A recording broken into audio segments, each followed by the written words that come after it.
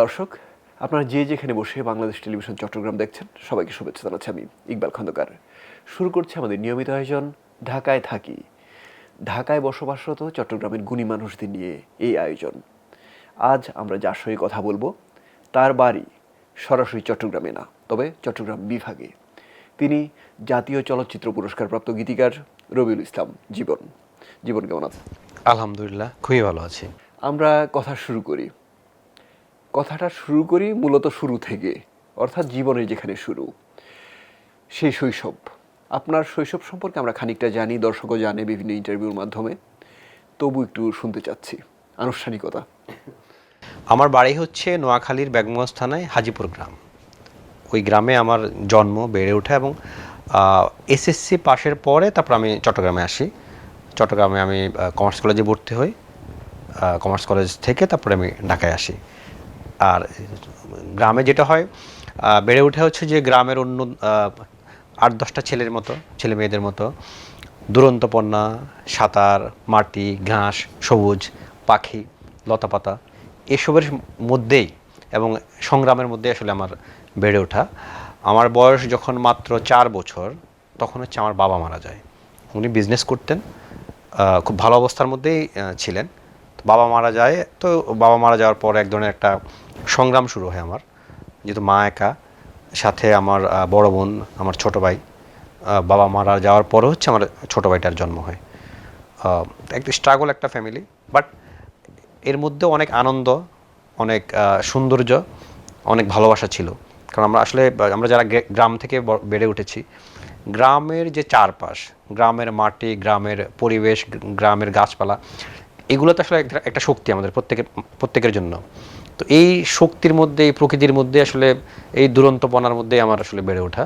জীবন, আপনি খুব সহজে ছোটবেলার কথা বলে ফেললেন, অথবা অনেক দিন আগের স্মৃতি বলে হয়তো অনেক কষ্ট স্বাভাবিক হয়ে যায় সময়ের ব্যবধানে।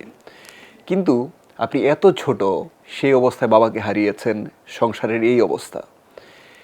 সেই বিষয়টা এতদিন পরে হয়তো সেভাবে আমরা অনুধাবন করতে পারি না, কিন্তু আপনার একটা ক্ষত থেকেই গেছে বা থেকেই যায়। সেই সময়টা থেকে আপনার ছোট ভাই কিংবা বড় বোন, তাদের সঙ্গে আসলে সম্পর্কটা তখন কেমন ছিল, অথবা আপনাকে কি বলে সান্ত্বনা দিতেন তারা, আপনার বড় বোন বিশেষ করে? গ্রামের তো, ওই যেটা বলছিলাম, একটা কথা আছে যে রাজা মারা গেলে রাজ্য অন্ধকার। তো আমার আব্বা খুব ভালো অবস্থায় ছিল, কিন্তু যখন বাবা মারা যায়, মারা যাওয়ার পর পর আমরা একজন একটা, ওই যেটা বলছিলাম, একটা স্ট্রাগলের মধ্যে পড়ি। এমনও হয়েছে যে আমার হয়তো একটা বই কিনতে আমি পারছি না, পরীক্ষার ফিস দিতে পারছি না, আমার একটা স্কুলের ব্যাগ নাই। এরকম আসলে পরিস্থিতির মধ্যে আসলে বড় হওয়া। তো যেটা বলছিলেন বোনের কথা, বোন ভাইয়ের কথা বলতে হয়, কিন্তু তার আগে মায়ের কথা আসলে বেশি বলতে হয়। এর মধ্যেও মা চাইতেন যাতে আমাদের পড়াশোনা যাতে অব্যাহত থাকে, পড়াশোনা থেকে যাতে আমরা বিচ্যুত না হই। গ্রামের হয়তো অন্যান্য ছেলেপেলে যারা আছে তারা হয়তো কোথাও কাজ করছে, ছোটোবেলার কথা বলছি একদম, যে হয়তো কোথাও কেউ হয়তো বিড়ি বাঁধছে, কেউ ফ্রেশে কাজ করছে, কেউ হয়তো ঢাকায় এসে প্লাস্টিক কারখানায় কাজ করছে। কিন্তু আমার মার স্বপ্নটা ছিল, যে ইচ্ছাটা ছিল, যেভাবেই হোক আমার ছেলে মেয়েদের লেখাপড়া করাতে হবে। এবং ওই জায়গাটাতে আমার মামারা, বিশেষ করে আমার বড় মামা মারা গেছেন, শ্রদ্ধেয় আব্দুল হক, তারপরে অন্যান্য মামাদের দিক থেকে আসলে প্রচণ্ড সাপোর্ট পেয়েছি। আর আমার মা, তার আসলে সংগ্রাম, তার কষ্টের কথা আসলে বলে শেষ করা যাবে না। তো মামাদের চেষ্টা, মায়ের শেষ পর্যন্ত একদম একদম পাখি যেমন তার ছানাগুলোকে দুইটা ডানায় আগলে রাখে, ঠিক মাও আমাদের এভাবে আসলে আগলে রেখেছিলেন। আর বোন আসলে আমার ইমিডিয়েট 3 বছরের বড় আমার বোন। তো বোন যেটা বলতো, আসলে মেয়েদের তো আসলে গ্রামে কাজের পরিবেশ আসলে ওইরকম না যে চাইলে একটা কাজ করতে পারে না। তো আমার লেখাপড়ার সাথে সাথেও আমার বোন চাইতেন, বা পরিবারের চাহিদাই যেহেতু ছিল, হয়তো চাওয়া ছিল যে আমি কিছু একটা করি। তো কিছু, আর আমি যদি লেখাপড়া কন্টিনিউ করতে যাই, আসলে কিছু কী করবো, আমি টিউশনি করতাম। আমি যখন ক্লাস 3-তে পড়ি, তখন আমি 1-এর একজনকে পড়াতাম, এবং আমার মনে আছে আমি 30 টাকা পেয়েছি প্রথম টিউশনের টাকা। ক্লাস 3-তে পড়ি।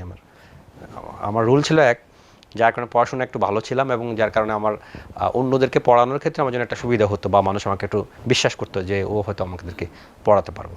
তো নানা রকম সংগ্রাম থাকলেও, কষ্ট থাকলেও, কিন্তু লেখাপড়া চেষ্টাটা আসলে চালিয়ে গেছি।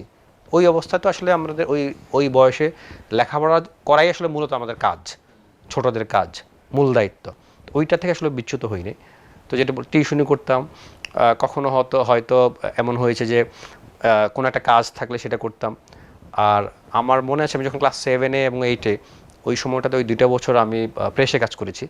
তো ক্লাস 7-এর বছর 8-এর বছরে প্রায় 1.5-2 মাস আমি কাজ করেছি, বিশেষ করে রোজার সময় ছিল। এবং আমাদের হয় কি, বার্ষিক পরীক্ষা যখন শেষ হয়ে যায় তখন আমরা নতুন বই নিয়ে আবার নতুন ক্লাস শুরু করার জন্য একজনের সময় পাই, 1.5-2 মাসের একটা সময় পাওয়া যায়। ওই সময়টাতে আমি প্রেসেও কাজ করেছি। আর আমার যে ছোটো ভাই, ছোটো ভাই পেটে ছিল যখন আমার আব্বা মারা যায়। তো ছোটো ভাইয়ের অবশ্য লেখাপড়ার প্রতি একটু মনোযোগ কম ছিল, বরং আমার থেকে আমার ছোটো ভাই বেশি অ্যাক্টিভ ছিল সংসারের ব্যাপারে। সে হয়তো কোথাও গিয়ে একটা মাছ ধরে নিয়ে আসলো, কোথাও থেকে একটা তরকারি নিয়ে আসলো, কোথাও কাউকে একটা ইনস্ট্যান্ট কোনো একটা কাজ করে কিছু একটা আয় করে নিয়ে আসলো, কোথাও থেকে একটা সবজি নিয়ে আসলো। এই ধরনের মানে আমার লেখাপড়ার প্রতি ফোকাস ছিল আর খেলাধুলার প্রতি ফোকাস ছিল। কিন্তু আমার ছোটো ভাইটা লেখাপড়ার সাথে সাথে তার এই টাইপের একটা জিনিসের প্রতি একটা ফোকাস ছিল, বিশেষ করে যেটা সংসারের দরকার। তো আলহামদুলিল্লাহ আমার মনে হয় আমার এই বেড়ে ওঠার পিছনে আমার মা তো আছে, আমার বোন, সে তার মতো করে যতটুকু পেরেছে সাপোর্ট করেছে। বা হচ্ছে চোখে চোখে রাখা, যাতে খারাপ কোনো কাজ না করি, লেখাপড়াটা ঠিক মতো করি। তো ওই জায়গাটাতে আসলে সবসময় ফোকাস করার আসলে চেষ্টা করেছি জীবনের যে ক্ষেত্রে যখন গেছি। ওই বয়সে তো আসলে আমাদের মূল কাজটা লেখাপড়াটাই করা। তো সেটা ধরে রাখার চেষ্টা করেছি আমার মনে হয়, যার কারণে হয়তো এখানে এসে আপনার সাথে কথা বলতে পারছি। সংগ্রামটা আসলে সবাই মিলে করেছেন, কার বয়স কত, কে কোন অবস্থান পরিবারে সেটা বিষয় না, সবাই মিলে টিকে থাকতে হবে এমন একটা সংগ্রাম ছিল।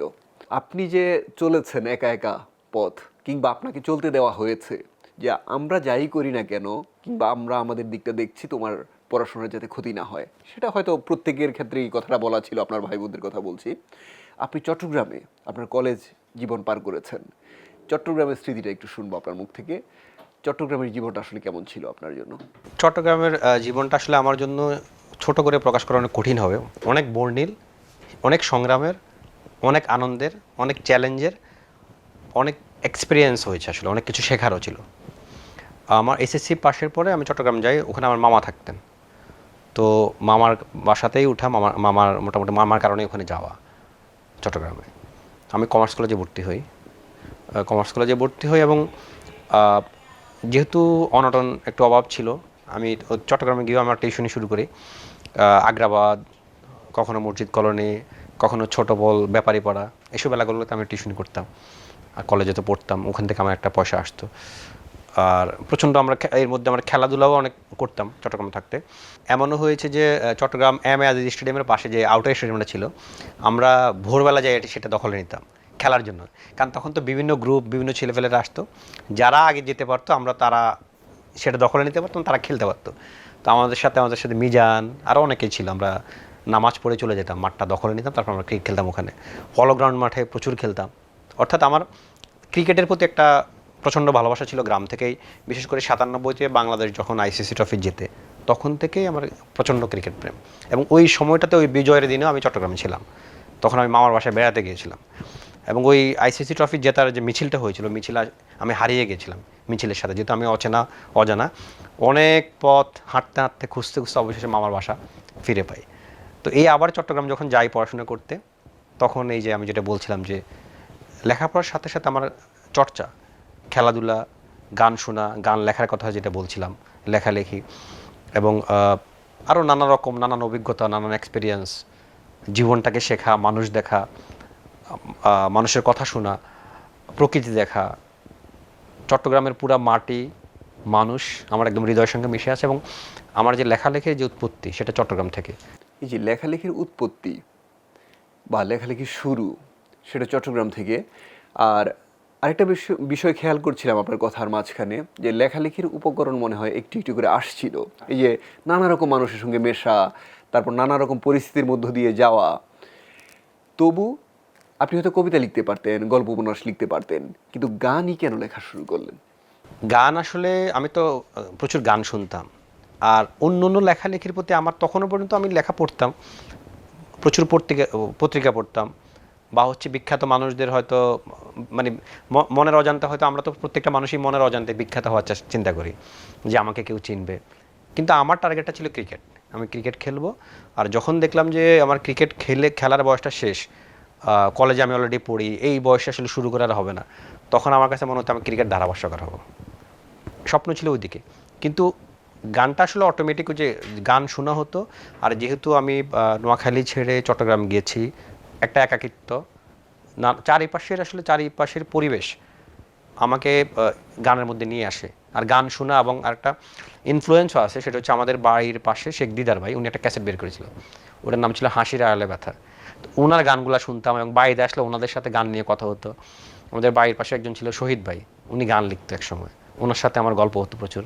আবার আমাদের এলাকায় একজন টিউশনি করতে আসছিলেন, পলাশ ভাই, ওনার বাড়ি হচ্ছে লক্ষ্মীপুর, উনিও গান লিখতেন।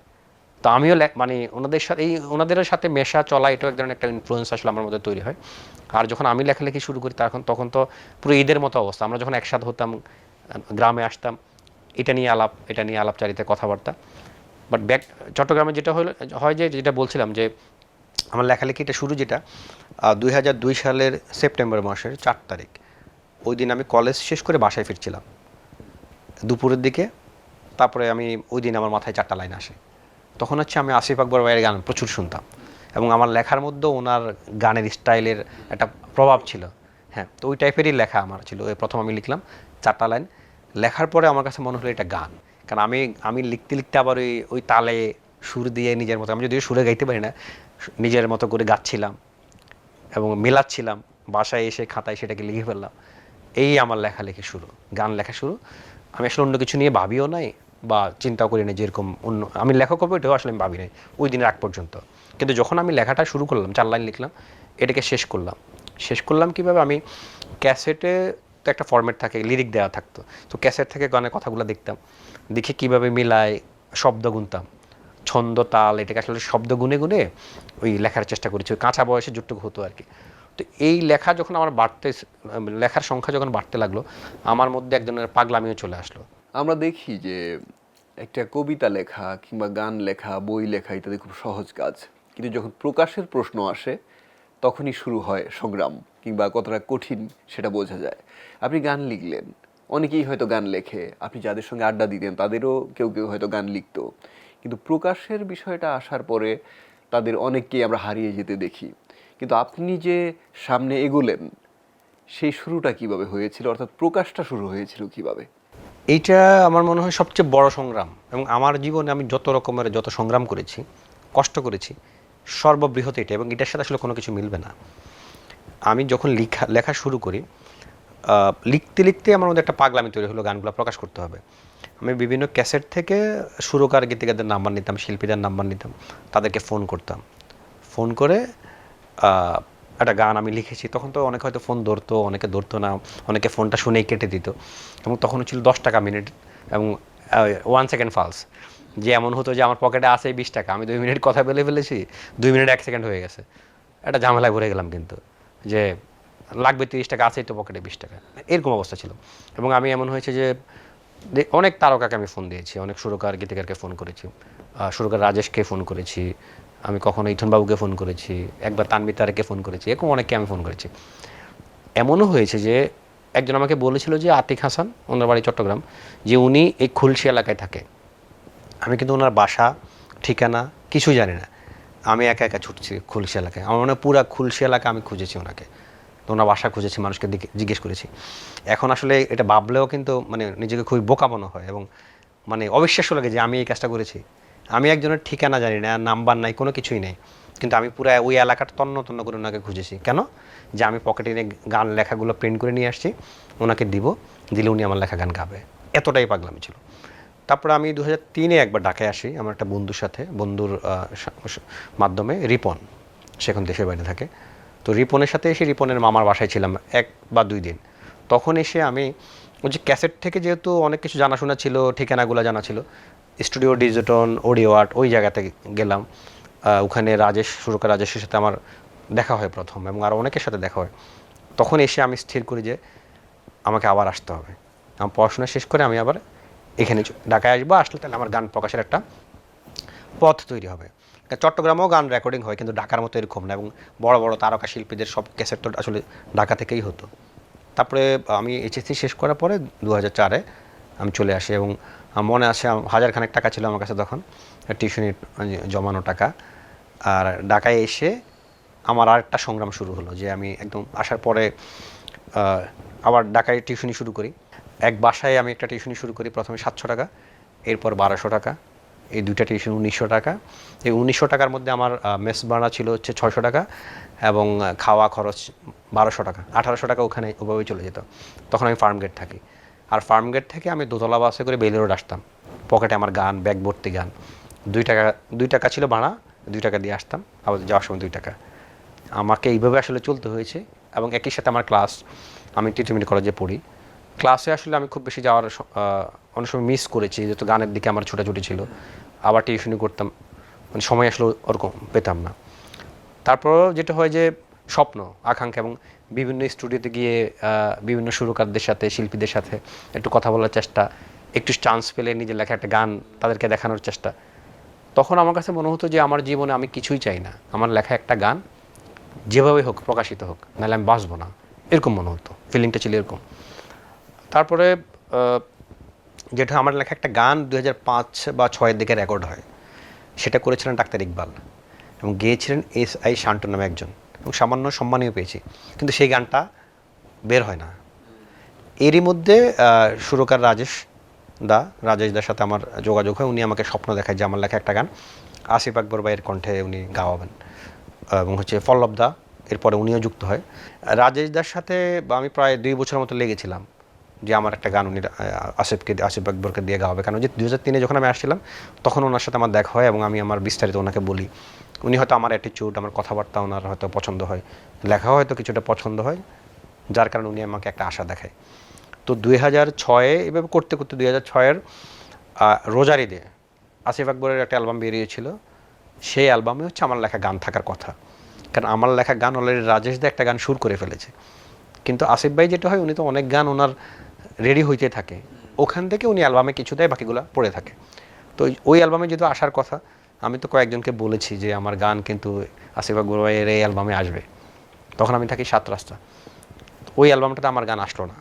না আসার কারণ হচ্ছে গান যে বাদ হয়ে গেছে তা না, কারণ গানটা উনি এখনও ভয়েস দেন নাই, উনি ব্যস্ত ছিলেন, ওনার অন্য যে জমা গানগুলো আছে ওগুলো দিয়ে অ্যালবাম করেছেন, এটা সুর এবং ট্র্যাক পড়ে আছে।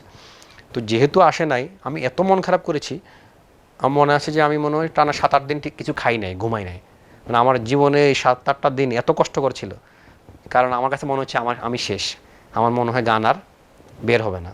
কোরবানির ঈদের সময় আমার ভীষণ জ্বর, আমি গ্রামে গেলাম, প্রচণ্ড জ্বর। এই হঠাৎ করেই ডিসেম্বর মাসে, কোরবানিটা ডিসেম্বর মাসে ছিল, রাজেশ দা আমাকে ফোন করে, জীবন তুমি কই, তোমার গান তো রেকর্ডিং হয়ে গেছে। আমাকে দাদা কী বলেন? বলে যে হ্যাঁ, তোমার গান তো আসিফ ভাই মাত্র তোমার গানে ভয়েস দিল, এই নাও আসিফ ভাইয়ের সাথে কথা বলো। তখন হচ্ছে আসিফ ভাইয়ের সাথে আমার কথা হয়, যে আমি তখন এলাকায়, আমাদের ওই জায়গাটার নাম হচ্ছে নোয়াবাইয়ের ফুল বলে, আমি জ্বর কাঁপছি আর রাস্তার মধ্যে দাঁড়ায় আছি, চা খাচ্ছি সম্ভবত। তো ওই সময় ফোনটা পাই, এবং তখন যে আমার স্বপ্নটা পূরণ হয় আর কি, যে আসিফ আকবর ভাই উনি তখন সবচেয়ে জনপ্রিয় শিল্পী, এবং রাজেশ দার সুরে উনি আমার গানে ভয়েস দেন। তখন আসিফ ভাই আর রাজেশ দা আমাকে বলেন যে তোমার গান তো খুবই ভালো হয়েছে। আসিফ ভাই আমাকে অনেক প্রশংসা করেন, ঢাকায় আসলে দেখা করতে বলেন। তো আমার আর জ্বর কি, আমি পরদিন এই সকালেই ঢাকায় চলে আসি, যেহেতু উনি দেখা করতে বলেছে, আমার গান রেকর্ডিং হয়ে গেছে, ওনাদের সাথে আমার স্পেশাল দেখা হবে আমার গান। তারপরে স্টুডিওতে যাই, অডিও আর্টে যাওয়ার পরে ওখানে আমার সাথে পল্লব দাদার সাথে দেখা, জীবন কই তুমি, তোমার খুঁজতেছি, আজকে তো তোমার গান রেকর্ডিং। আমার দাদা কী বলেন? বলে যে হ্যাঁ, তোমার গান তো আজকে আসিফ গাবে, এবং সেই গানটা ছিল ভাড়াটিয়া চাই। আর রাজেশ দার সেটা হচ্ছে ভালোবাসি বলে, ওটা আগে রেকর্ড হয়।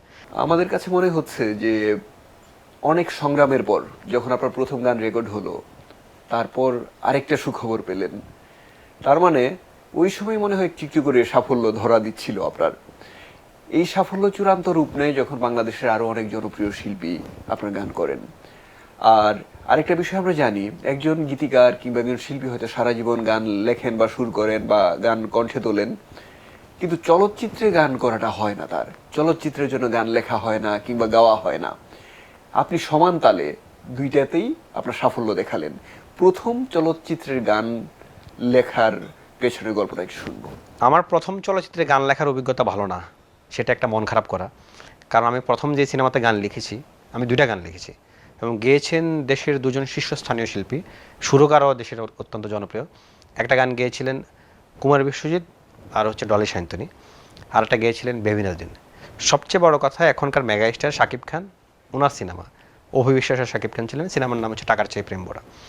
দুঃখের বিষয় হচ্ছে যখন গানগুলো রিলিজ হয় ওই সিডিতে আমার নামটা ছিল না, সিনেমাতে আমার নামটা ছিল না। এটা আমার জন্য একটা অনেক কষ্টের একটা বিষয় ছিল।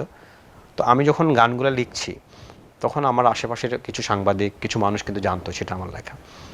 তো গানগুলো প্রকাশনা অনুষ্ঠানে হয়েছে যে ওই সাংবাদিকরা প্রশ্ন করেছিল ওই ডিরেক্টরকে যে আপনার যে সিডিটা বের করলেন, আমরা তো জানি যে এখানে জীবনের লেখা গান ছিল, তো আমরা তো আপনার তো ওনার নাম তো দিলেন না। তখন ওনারা বলেছিল যে ভুল হয়ে গেছে। তো আমিও নতুন, আমার একটা অভিমান ছিল, আমি আর মন খারাপ করেছি, কিন্তু ওইটা নিয়ে সিনেমাতে নাম নাই, সিডিতে নাম নাই, এখন আমি আর কী করতে পারি। বাট ওনাদেরকে আমি বলার চেষ্টা করেছি, কিন্তু সিনেমা যখন রিলিজ হয়ে যায় আমি আর কী করবো, কিছু করার নেই। তো ওই জিনিসটা আমার অবশ্য রিকভার হয়েছে কয়েক বছর আগে, যে ওই ডিরেক্টরকে আমি আবার ফোন করেছি যে ভাই তখন তো আপনি সিনেমায় আমার নাম দেন নাই, ক্যাসেটে সিডিতে আমার নাম দেন নাই, এখন তো গানগুলো ইউটিউবে আছে, এখানে আপনি টাইটেলে তো আপনি কারেকশন করার সুযোগ আছে, আমার নামটা তাহলে দিয়ে দেন, আপনি কোম্পানিকে বলেন। তারপরে উনি বলে কোম্পানিকে বলার পরে এখন হচ্ছে ওই দুইটা গানের আমার স্বীকৃতি আসছে ইউটিউবে। একটা হচ্ছে আইলোরে আইলোরে, এটা হচ্ছে বিভিন্ন দিনের গাওয়া, আর হচ্ছে চুরি ছাড়া কাজ নেই, কুমার বিশ্বজিৎ এবং ডলি শান্তনী গাওয়া, শওকত আলী ইমনের সুরসঙ্গীত। তো এটা অনেক বছর মন খারাপ নিয়েছিলাম। তো যখন ইউটিউবে এখন এই দুইটা গান কেউ যখন খুঁজবে আমার নামটা দেখবে, এবং এটা আমার জন্য একটা স্বীকৃতি আর কি, অনেক বছর পর স্বীকৃতিটা পাইলাম। এটা হচ্ছে 2010-এর প্রথম দিনে সিনেমাটা রিলিজ পায়।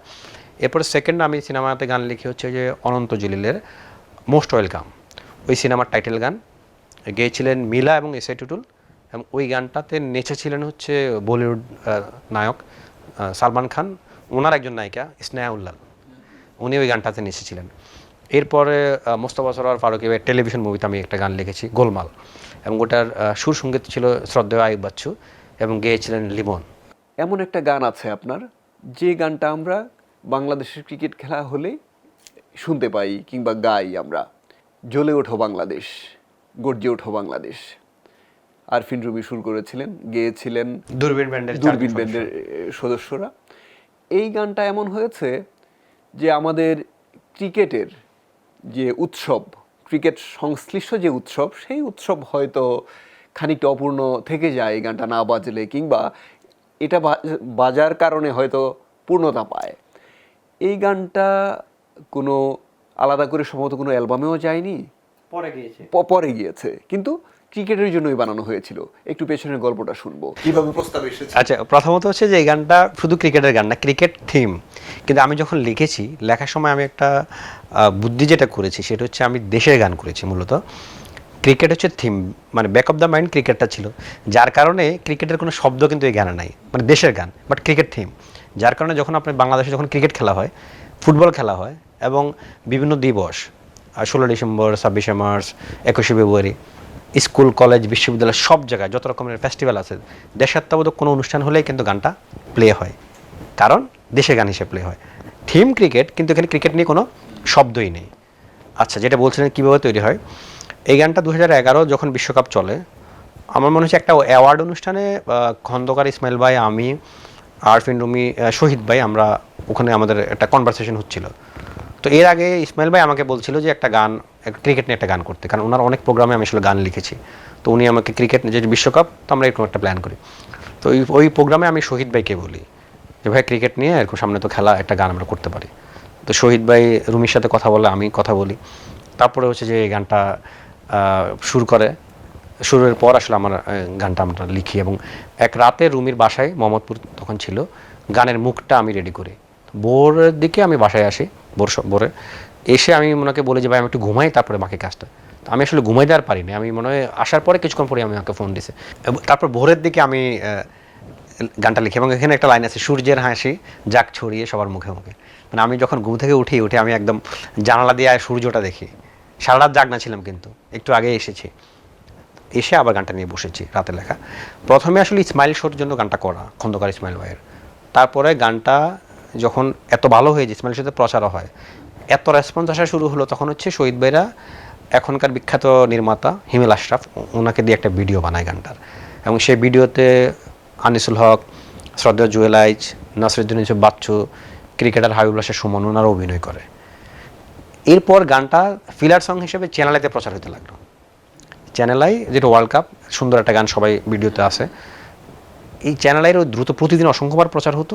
আর ক্রিকেটের একটা জোয়ার, 2011 বিশ্বকাপ, আমাদের দেশে খেলা, সব কিছুর একটা প্রভাবে গানটা আসলে মানুষ লুফে নেয় দ্রুত সময়ে। এবং এটা আমার জীবন একটা অনন্য একটা প্রাপ্তি এই গানটা, যে আমি নিজে ক্রিকেট খুব পছন্দ করি। আরফিন রুমি নিজে একজন ক্রিকেটার ছিলেন, আমি ক্রিকেট পছন্দ করতাম, খেলতাম। তো আমার মনে হয় এমন একটা গান আমাদের জন্য আল্লাহ পাক হয়তো আমাদেরকে দান করেছেন, আমরা খেলা এত ভালোবাসতাম। কিন্তু লেখার সময় যেহেতু এটাকে শুধু ক্রিকেটের থিম রাখিনি, দেশের থিম রেখেছি, যার কারণে গানটা তার ক্রিকেটের গণ্ডি পেরিয়ে দেশের গান হয়ে গেছে। যতটা না ক্রিকেটের গান, এটা তার চেয়ে বেশি দেশের গান। এবং স্টেডিয়ামে আমি যখন যাই, শুনি, এটা অনবদ্য লাগে। হাজার হাজার মানুষ, লাখ লাখ মানুষ একটা গানটার সাথে কণ্ঠ মিলাচ্ছে, এনজয় করছে। আপনার এই গানটা, যে গানটা নিয়ে কথা হচ্ছিল, জ্বলে ওঠো বাংলাদেশ, এই গানটা কত শ্রোতা শুনেছেন, কত দর্শক দেখেছেন, তার কোনো হিসেব নেই। তবে সেই দর্শক শ্রোতার কাতারে যদি লিওনেল মেসি থাকেন, সেটা বিশেষ হয়ে যায় যে কোনো গীতিকারের জন্য, যে কোনো শিল্পীর জন্য। এই বিষয়টা একটু বিস্তারিত শুনবো। 2011 সালে বাংলাদেশে একটা প্রীতি ফুটবল ম্যাচ হয়, আর্জেন্টিনা বনাম নাইজেরিয়া। ওই ম্যাচ শুরুর আগে স্টেডিয়ামে 5টা গান প্লে করা হয়। 4টা ছিল ইংরেজি গান, আরেকটা ছিল বাংলা গান। ইংরেজি গান প্লে হয়েছে যেহেতু বিদেশি প্লেয়াররা এখানে খেলছেন, আর বাংলাদেশে যেহেতু খেলা, ওই জায়গা থেকে একটা বাংলা গান প্লে করা হয়। এবং 5 নাম্বার গানটা ছিল আমার লেখা, জ্বলে ওঠা বাংলাদেশ। এবং এই গানটা শেষ হওয়ার পরেই খেলা শুরু হয়। তো ওই সময় ওই ম্যাচটা দেখার জন্য আমি মাঠে উপস্থিত, এবং আর্জেন্টিনার পতাকা নিয়ে আমি গিয়েছিলাম মাঠে। আমি তো জাস্ট অবাক, আমি তো জানতাম না এরকম একটা ঘটনা ঘটবে, যে আমার গানটা শেষ হলো, খেলা শুরু হলো, এবং তখন আর্জেন্টিনার ওই টিমে লিওনেল মেসি, ডিমারিয়া, অনেক বিখ্যাত আর্জেন্টিনার প্লেয়াররা ছিল তখনকার। তো এইটা আমি মনে করি, লিওনেল মেসি তো সর্বকালের সর্বশ্রেষ্ঠ ফুটবলার বলা হয়, বা পৃথিবীর সবচেয়ে বড় অ্যাথলেট বলা হয় ওনাকে। তো এরকম একটা মানুষ যদি আমার গান শুনে, হয়তো উনি বাংলা বোঝেন না, কিন্তু সঙ্গীতের তো একটা ভাষা আছে, মিউজিক আছে, কথাগুলো তো উনি শুনেছেন, ওনার কানে গেছে। তো এইটা আমার জন্য একটা বিশেষ একটা আনন্দের ব্যাপার। এবং আমি নিজে 3-4টা দেশে গেছি খেলা দেখার জন্য। ওইসব দেশে গিয়ে আমি আমার লেখায় গানটা শুনেছি, শ্রীলঙ্কায় শুনেছি, দুবাইতে শুনেছি। এগুলো আমার জন্য আসলে বিশেষ। এই গানটা আধুনিক গান বলি, ক্রিকেটের গান বলি, দেশাত্মবোধক গান বলি, কিন্তু এখন যে গানটার কথা বলবো সেটা চলচ্চিত্রের গান। সারা রাত ভর চোখের ভিতর, স্বপ্নে তোমার আনাগোনা। স্বপ্নে তোমার আনাগোনা, এই গানটা আপনাকে অন্য একটা মাত্রা নিয়ে গেছে। শাকিব খান, অপু বিশ্বাস পর্দায় ছিলেন, পিছনে ছিলেন আপনি। সম্রাট সিনেমার গান, ইমরানের সুসঙ্গীত এবং ইমরানের গাওয়া। একটু শুনবো পেছনের গল্পটা, কিভাবে আপনার হাতে আসলো এই গানের। এই গানটা হচ্ছে ইমরান তার একটা অ্যালবামের জন্য করে, জাস্ট মুখটা রেডি করা ছিল, একটা মিউজিক ভিডিও বা অ্যালবামে দিবে। ওই সময় মোস্তফা কামাল রাজ ভাই ইমরানকে বলেছিল একটা গান সিনেমার জন্য একটা ডেমোকে পাঠাতে। তারপর উনি এই গানটা শোনার পর ওনার পছন্দ হয়। এবং আমরা কিন্তু যখন আমি লিখি বা ইমরান সুর করে, লেখা থেকে গানটা অবশ্য শুরু হয়েছে, তখন আমাদের মধ্যে একটা সুর হইলে না কিছু জিনিস বোঝা যায়। তা আমরা বুঝছিলাম যে এটা একটা ব্লাস্ট কিছু হবে, খুব বড় কিছু হবে। তো রাজভাই পছন্দ করার পরে তারপর আমি গানটার যে 2টা অন্তরা সেটা করি। এবং এইটার ইমরানের কাছে আমি এই গানটার কারণে বিশেষ কৃতজ্ঞ, যে হামিং একটা আছে, খুব সুন্দর একটা হামিং যে পার্টটা, এটা এত অনন্য লাগে আমার কাছে। এবং অসংখ্য মানুষের ভালোবাসা পেয়েছি, দেশের বাইরে, বাংলা ভাষাভাষী অসংখ্য মানুষ, এখনও মানুষ গানটার কথা মনে করে, ভালোবাসা যায়। জীবন, আপনার লেখা গানের কথা বলতে গেলে অনেক সময় লাগবে। আর যদি মনে করি জনপ্রিয় হওয়া গানগুলোর কথা বলবো, সেখানেও কম সময় লাগবে না, কারণ অনেক গান আপনার জনপ্রিয়।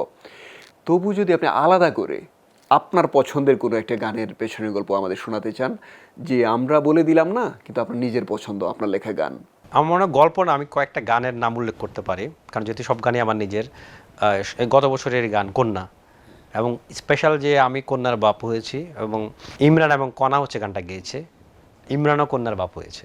কন্যা দুইজন আমরা আসলে গানটা নিয়ে অনেক মজা করি, এবং মানুষ এত ভালোভাবে গানটা অ্যাকসেপ্ট করেছে। এবং আপনি হয়তো একটা জিনিস দেখেছেন, বাংলাদেশে এর আগে কোনো গান এত সেলিব্রিটি ফেসবুকে শেয়ার করেনি। কন্যা গানটা এতটাই শেয়ার করে মানুষ গানটাকে এতটাই আপন করে নিয়েছে। তো এখন হচ্ছে যে বাচ্চা, ছোট থেকে বুড়ো, সব ধরনের মানুষ, সব বয়সের মানুষ গানটা শুনে এনজয় করে, নাচে। আমাদের তো আসলে নাচের গানের সংখ্যা কম। তো এইটা আমার জন্য একটা বাড়তি একটা আনন্দ আমাকে দেয়। আরও তো আমার অনেক গান আছে, আপনার মিনারের গাওয়া দেয়ালে দেয়ালে, তাহসানের গাওয়া কেউ না জানুক, লিজার গাওয়া পাগলি সুরাইয়া, বেলাল খান এবং মোহনের গাওয়া কাটে না যে বেলা একাকে একেলা, ভালোবাসা একই জ্বালা, শুভমিতা এবং রিজবে ওয়াহিদের গাওয়া চোখেরই পলকে, এরকম অসংখ্য গান তো আছে। সিনেমায় আরও অনেক গান আছে, যে মন তোকে ছাড়া বোঝে না রে, আমার মতন কে আছে বলো, শাকিব খানের হিট সিনেমা তুফানের যে প্রথম গানটা আমার লেখা ছিল, আসবে আমার দিন, জানি আসবে আমার দিন। তার তাণ্ডবে ছিল খবর দে, এরকম আরও অনেক গানই আছে। আপনার লেখা অনেক গানের কথা বলা হলো, তবে এই যে শুরুতে বললাম জাতীয় চলচ্চিত্র পুরস্কারপ্রাপ্ত গীতিকার, তার মানে যে গানটা দিয়ে আপনি এই স্বীকৃতি পেলেন, জাতীয় চলচ্চিত্র পুরস্কার পেলেন, সেই গানটার কথা কিন্তু বলা হয়নি। ধীরে ধীরে পরাণ চলচ্চিত্রের গান, একটু জানবো এই গানের পেছনের গল্প। এই গানটা রায়হান রাফির আরেকটা সিনেমার জন্য আসলে আমরা করেছিলাম, নট ফরহানের জন্য না। তো ওই সিনেমাতে যখন গানটা আমরা করি, রাফি ভাই বলে যে গানটা রেখে দেন, গানটা আমার নেক্সট মুভির সাথে এটা বেশি ম্যাচ করবে। তারপর আমরা রেখে দিই, এবং এইভাবে 2-3 বছর মন খারাপ হয়, ইমনেরও খুবই মন খারাপ হয়, আমারও খারাপ হয় যে গানটা এতদিন থেকে পড়ে আছে। এবং গানটা যখন আমরা লিখি, সুরের উপরে গানটা লেখা, এবং ইমনেরও একটা স্বপ্ন ছিল এই গানটা পুরস্কার আসতে পারে, আমারও একটা স্বপ্ন ছিল, ইমন চৌধুরী, যে এটা জাতীয় পুরস্কার আসার মতো গান, এবং এটা সুরটা এমনই, এত মায়াময়, এত সুন্দর সুর, এবং মানুষের ভালো লাগবে, হৃদয়ে গেঁথে থাকার মতো একটা সুর। তারপর গানটা যখন হচ্ছিল না, আমরা দুজনে একটু হতাশ ছিলাম। তো এই গানটা যখন সিনেমাতে আবার নতুন করে আসে, তার আগে ইমন চৌধুরী একটা প্ল্যান করে যে গানটা ইমরান এবং কনাকে দিয়ে গাওয়ায় ফেলবে, গাওয়াইয়া তার ইউটিউব চ্যানেলে দেবে। ঠিক কাছাকাছি সময়ে রাফি ভাই আমাকে নক করে, আবার ইমনকে নক করে যে ভাই সেই গানটা আমরা নতুন করে করতে চাই, গানটা ঠিক আছে কিনা, কী অবস্থায় আছে। তো গানটার ডেমো করেছিলেন লুইপা, তারপরে আবার লুইপাই আবার নতুন করে গানটাতে কণ্ঠ দেয়, এবং ওর ভাগ্যেই ছিল আর কি গানটা আসলে। এবং তারপরে হচ্ছে পরাণ সিনেমায় ইয়াশ রোহান এবং বিদ্যা সিনহা মিম, এই দুজনের জুটিতে রাফির অসাধারণ নির্মাণ এবং চমৎকার দৃশ্যায়ন ছিল এই গানটার মধ্যে, এবং সিনেমার গল্পের সঙ্গে গানটা আসলে মিলেমিশে একাকার হয়ে যায়, যার কারণে মানুষ এত পছন্দ করে। এবং গানটা যখন সিনেমাটা যখন রিলিজ হয়, পরাণ তো গত কয়েক বছরে বাংলাদেশের অন্যতম হিট সিনেমা, এবং সেই সিনেমার গান এত সুন্দর একটা গান। তো আমি আসলে এই টিমের সবার কাছে কৃতজ্ঞ। আমি লিখেছি, বাট তারা সবাই এই গানটার অংশ, এবং আমার যে পুরস্কারটা আমি তারা সহ এবং যারা আমার গান পছন্দ করেন, আমাকে পছন্দ করেন, আমার জীবনে সামান্য হলেও ভূমিকা রেখেছেন, আমাকে ভালোবাসেন, সেই পুরস্কারটা সবার জন্য। জীবন, আমরা তো অনুষ্ঠানের শেষ দিকে চলে এসেছি, তবে শুরু হয়েছিল যে এই জায়গাটা থেকে, আপনার মায়ের সংগ্রাম, সেই একা হয়ে যাওয়া সংসার তার, তিনি আপনার সাফল্যে কি বলেন বা তার অনুভূতিটা কি, সর্বশেষ কি কথা হয়েছে তার সঙ্গে? মায়েরা তো আসলে অনেক কিছু মুখে বলে না, মনে প্রকাশ করে, মনের ভিতরে রেখে দেয়, দোয়ায় প্রার্থনায় প্রকাশ করে। আমার একটা আনন্দের ব্যাপার যে আমি যখন জাতীয় চলচ্চিত্র পুরস্কারটা নিয়েছি, আমার মা আমার সাথে ছিল, এবং আমার মা কোনো অনুষ্ঠানে কখনোই আমার সাথে আর এরকম ছিল না, এবং আমার স্ত্রী ছিল, আমার কন্যা ছিল। তো আমার মনে হয় আমার জীবনের একটা শ্রেষ্ঠতম একটা দিন, যে এরকম একটা দিন, এরকম একটা অর্জন, আমার মা যে সারা জীবন কষ্ট করেছে, সারা জীবন আগলে রেখেছে, একটা সম্মান আমার পাশাপাশি আমি জাস্ট গ্রহণ করেছি। এই সম্মানটা আসলে মূলত আমার মায়ের, কারণ মা যদি এত দূর নিয়ে না আসতো, তাহলে তো আমি এই সম্মানটা অংশ হতে পারতাম না। জীবন, অনেক কথা তো বলার ছিল, সব কথা বলা হয়নি বা বলা হওয়া উচিত না, আরেকদিন কথা বলবো কোনো একদিন। আপনি ভালো থাকবেন, আপনার জন্য অনেক অনেক শুভকামনা। আপনাকে অনেক অনেক ধন্যবাদ, এবং যারা এতক্ষণ আমাদের অনুষ্ঠানটা দেখলেন, সবার জন্য অজস্র ভালোবাসা। দর্শক, এতক্ষণ আমরা ছিলাম ঢাকায় বসবাসরত চট্টগ্রামের গুণী মানুষদের নিয়ে অনুষ্ঠান ঢাকায় থাকি এই আয়োজনে। আমাদের সঙ্গে ছিলেন জাতীয় চলচ্চিত্র পুরস্কারপ্রাপ্ত গীতিকার রবিউল ইসলাম জীবন। আমরা তার কথা শুনছিলাম, ব্যক্তি জীবনের কথা, কর্মজীবনের কথা। আগামী পর্বে চট্টগ্রামের আরও একজন গুণী মানুষকে নিয়ে হাজির হয়ে যাব আমি, ইকবাল খন্দকার। সে পর্যন্ত সবাই ভালো থাকবেন, সুস্থ থাকবেন, অবশ্যই বাংলাদেশ টেলিভিশন চট্টগ্রাম কেন্দ্রের সঙ্গে থাকবেন। আল্লাহ হাফেজ।